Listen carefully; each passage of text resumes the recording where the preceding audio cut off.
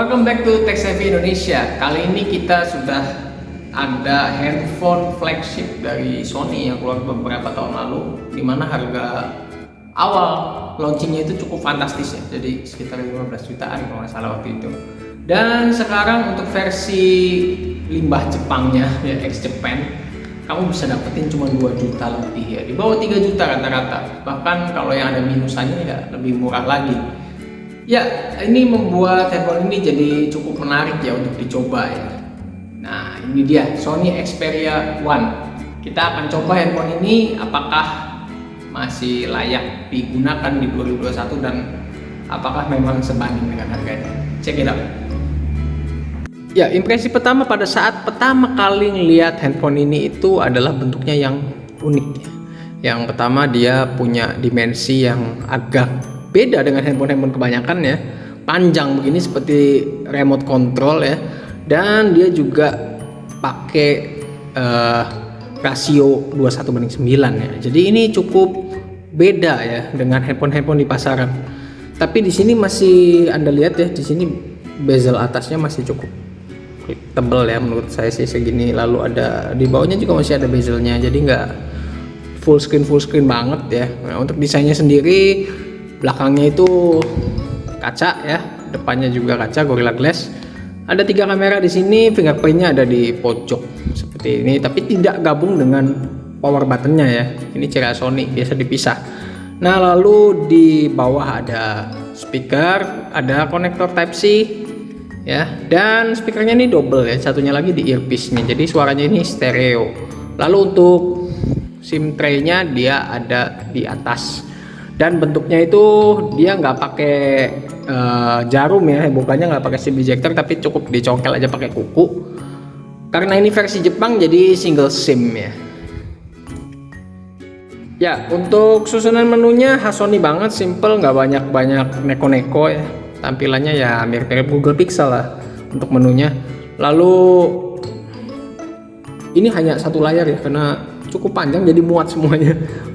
Dan dia itu awal-awalnya itu banyak aplikasi Jepang. Ada 3 folder yang saya hapus di dalamnya. Masing-masing folder tuh ada aplikasi-aplikasi bahasa Jepangnya yang saya hapusin. Ada yang bisa di uninstall, ada yang hanya bisa di disable. Tapi ini masih ada juga nih yang aplikasi bahasa Jepang. Ya karena ini ex Japan ya, punya saya ini SoftBank kalau nggak salah, dibanding sama operator SoftBank. Jadi dia masih ada aplikasi-aplikasi bawaan Jepangnya, kecuali Anda di download ya pakai aplikasi dari PC. Nah, itu baru dia bisa dihilangin. Untuk versi Androidnya dia pakai Android 10 ya. Lalu ini punya saya ini udah dites pakai Indosat dan Tri, itu keluar sinyalnya nggak ada masalah. Penjualnya sih bilang garansi lifetime ya, tapi saya nggak berani menjamin bahwa ini akan selamanya bisa dipakai ya. Tapi ya udahlah, nekat-nekat aja. Jadi kalau beli, pahami dulu resikonya ya, karena membeli barang luar seperti ini ya resiko sewaktu-waktu email keblokir itu ada ya. Walaupun penjualnya menjanjikan garansi lifetime. Jualan utama dari handphone ini selain resolusinya yang ala-ala Tether ya 21:9, dan juga jualannya itu adalah kameranya ya. Kameranya ini untuk pertama kali di Xperia series dia bekerja sama dengan Sony divisi Alpha yang megang digital kameranya Sony. Nah, seperti ini. Jadi dia ada aplikasi khusus. Walaupun saya kurang ngerti makanya, karena ini settingannya teknis banget ya. Yang mungkin biasa fotografi bisa lebih paham. Dan untuk aplikasi bawaannya sendiri dia tetap ada ya. Nah, ini untuk aplikasi standar kameranya. Nah, untuk hasilnya seperti ini.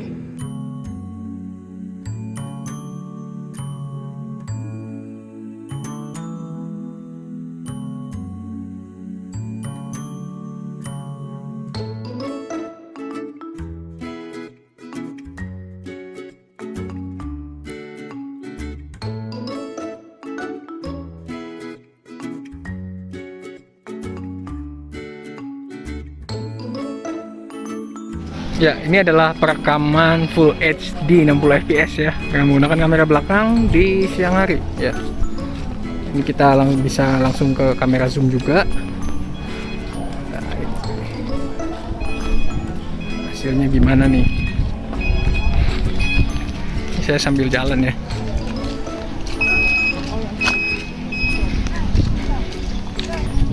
Ya, dan ini adalah resolusi 4K ya. Sama pada siang hari juga menggunakan kamera belakang dari Xperia One. Pada saat kita mengaktifkan 4K-nya nanti akan ada peringatan bahwa suhu mungkin meningkat dan akan ditutup ketika sudah panas ya. Nah, ini kita zoom juga nih. Untuk yang 4K pada saat perpindahan dari 1 kali zoom ke 2 kali zoom itu ada sedikit kayak patah-patah gitu ya. Ini kita coba lagi nih. Tuh ya. Kurang smooth juga untuk yang 4K-nya.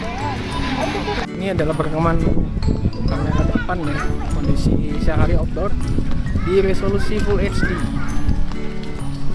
Hasilnya sih cukup terang ya, dihasilkan cukup jelas. Ya, warna-warna yang ditampilkan juga bagus sesuai dengan aslinya. Ya, ini adalah untuk Full HD 60 fps. Lebih stabil ya daripada yang 4K-nya. Untuk kualitas yang dihasilkan cukup lumayan. Cuman ada beberapa noise ya di tempat yang cukup gelap nih, agak kelihatan noise-nya. Ya, ini untuk resolusi maksimal ada di Full HD ya untuk kamera depannya. Kondisinya gelap seperti ini hasilnya. Kamera depannya cukup bagus ya, cukup stabil padahal kondisi kurang cahaya. Ada noise sedikit tapi masih dapat dimaklumi lah. Untuk chipsetnya sendiri dia pakai Snapdragon 855 dengan RAM 6GB dan ROM-nya 64GB ya. Karena yang versi Jepang itu hanya ada 64GB ya penyimpanannya, beda dengan yang global. Untuk chipsetnya sendiri udah cukup powerful ya, tapi karena ini keluaran lama ya dia belum 5G, sehingga Anda kalau mikir untuk menggunakan handphone ini sampai nanti jangka panjang untuk era 5G di Indonesia ya mungkin nggak bisa lama-lama banget pakai handphone ini. Stereonya ini kualitasnya seperti ini ya. Suaranya sih cukup kerasa nyebar ya. Mungkin yang menurut saya agak kurang itu ada di bassnya ya. Jadi speakernya ini terlalu treble banget gitu. Memang jernih treble-nya tapi bassnya itu kurang kerasa ya. Dan si Sony ini punya efek. Jadi ini di volume ini kita nanti ada settingan ya, dimana dia pada saat bunyi itu bisa handphonenya getar-getar ya. Dan getarannya itu haptic feedbacknya itu enak gitu loh. Si Sony ini getarnya tuh nggak kasar kayak handphone murah ya, karena ini memang handphone mahal juga dulunya, jadi getarnya tuh enak, halus banget. Pada saat kita pegang nih kerasa getarannya. Untuk ngetes game di game Mobile Legends kita bisa dapat grafik ultra ya. Ini agak berbeda kalau kita pakai handphone Samsung ya yang flagship. Itu biasanya mentok di tinggi doang alias high ya. Nah di si Sony ini bisa sampai ultra ya. Kita akan coba di grafik tertinggi ini ya.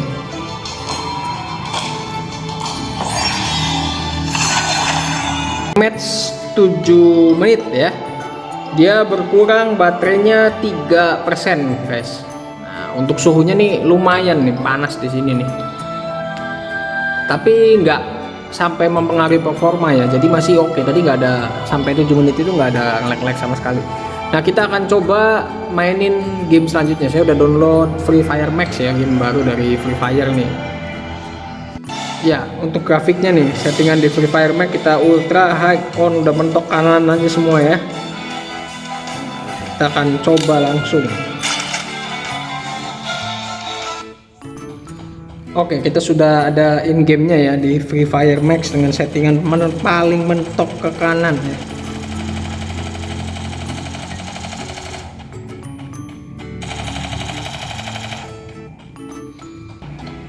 Ya kita sudah ada in gamenya kan. Nah,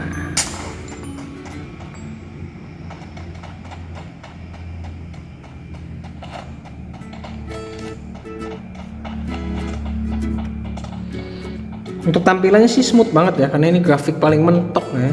Jadi tampilannya realistik sekali nih, bagus. Nggak ada juga ngeframe nggak ada ya. Cuman suhunya lumayan lebih panas daripada saat main Mobile Legends tadi ya. Jadi suhunya nih lumayan nih di belakang kamera nih, cukup mengganggu tangan ya menurut saya sih, lumayan panas juga. Saya sendiri baru nyoba ini game nih.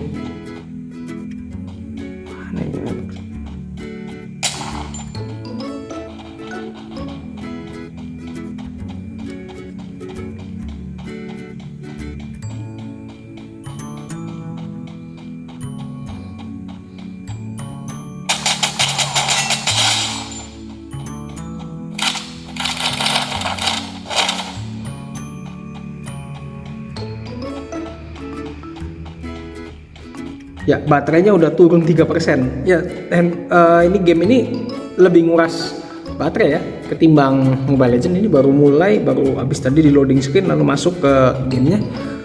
Udah ngurang 3% nih. Kayaknya kalau dimainin 10 menitan kayaknya ngurangnya bisa 5% lebih nih.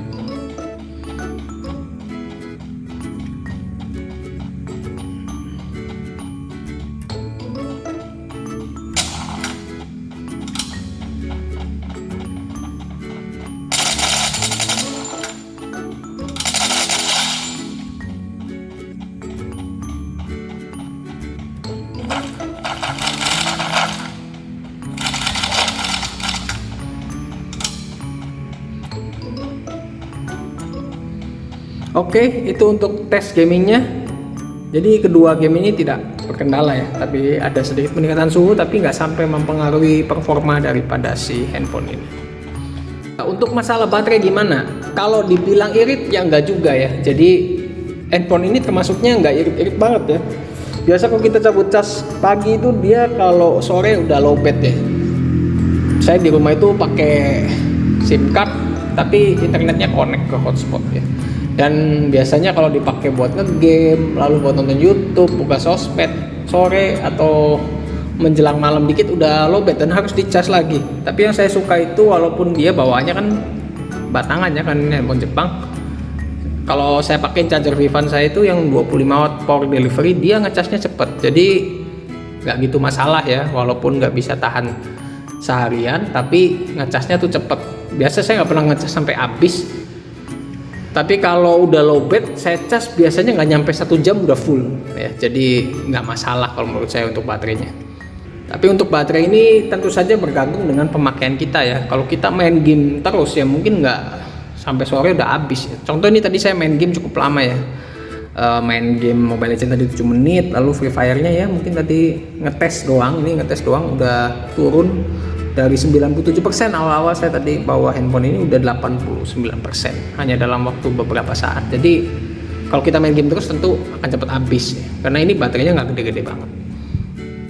Ya, selama pakai handphone ini kurang lebih 2 minggu ya, walaupun nggak sebagai daily driver utama terus ya, tapi saya nggak ganti, untuk copot SIM pindahin ke handphone lain. Handphone ini lumayan sih performanya ya, untuk gaming cukup bisa diandalkan walaupun suhunya rada panas ya. Saya biasa main game untuk Mobile Legends doang sama game MMORPG, tapi yang MMORPG udah saya hapus dan tadi saya nyobain pakai Free Fire Max. Nah, untuk kameranya sendiri ini nih yang saya agak bingung ya. Dengan software bawaannya menurut saya untuk kamera harga handphone yang belasan juta ini masih di bawah kompetitornya ya. Bisa dibilang nggak bagus-bagus amat lah untuk harga yang dulunya handphone harga 15 juta itu nggak gitu optimal ya di sini. Walaupun saya nggak pakai yang software Cinema Pro-nya, mungkin kalau yang jago ngoprek atau paham tentang detail-detail kamera bisa pakai software si Cinema Pro-nya ini loh. Saya soalnya settingannya tuh kurang paham jadi nggak pakai. Dan saya sih sukanya paling kalau di handphone ini ya, saya suka desain handphonenya itu kelihatan unik ya. Dan kelihatan mahal, beda dengan handphone-handphone yang lain. Karena handphone yang lain itu rata-rata desainnya ya gitu-gitu aja. Nah, ini desainnya itu beda ya, kelihatan beda sendiri lah kalau kita tentengin handphone itu beda. Dan kameranya ini untuk kamera depan saya suka ya, terutama videonya itu stabil banget. Lalu video untuk siang harinya juga kamera belakangnya bagus. Hanya pada saat malam hari itu kurang optimal. Dan entah kenapa kalau saat moto di dalam ruangan itu menurut saya jadi kayak apa ya, kurang tajam gitu, dan warnanya tuh kayak wash out gitu kalau di dalam ruangan, apalagi cahayanya rada redup, jadi kurang angkat, kurang menarik menurut saya kalau untuk dipasang di sosmed. Untuk performa baterai standar ya, tidak ada yang bisa dibanggakan, nggak irit-irit banget tapi ya boros banget juga enggak sih. Tapi saya suka kalau misalkan ditandamin sama charger power delivery saya ya, yang si Vivan itu, ini ngecasnya cepet, jadi kalau misalnya lowbat juga ya nggak masalah lah, asalkan nemu colokan kita colok lagi udah bentar lagi penuh.